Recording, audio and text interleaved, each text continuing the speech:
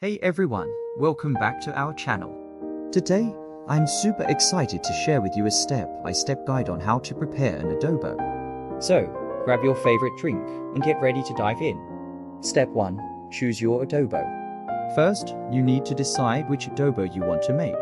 There are different flavors available: berry blast, chocolate chunk, and peach mango. Pick one that appeals to you the most. Step 2. Prepare the ingredients. For the perfect adobo, you need the following: 1 cup of rolled oats, a half cup of almond milk, 1 tablespoon of honey, a half teaspoon of cinnamon, a quarter teaspoon of salt, 1 banana, 2 tablespoons of ice cubes. Step 3. Cook the oats. In a saucepan, combine the rolled oats and almond milk. Bring the mixture to a boil over medium heat, stirring occasionally. Once it thickens, remove from heat and let it cool for a few minutes. Step 4. Add the toppings. In a separate bowl, mash the banana. Add the honey, cinnamon, and salt and mix well. Pour the mashed banana mixture over the cooled oatmeal and mix gently. Step 5.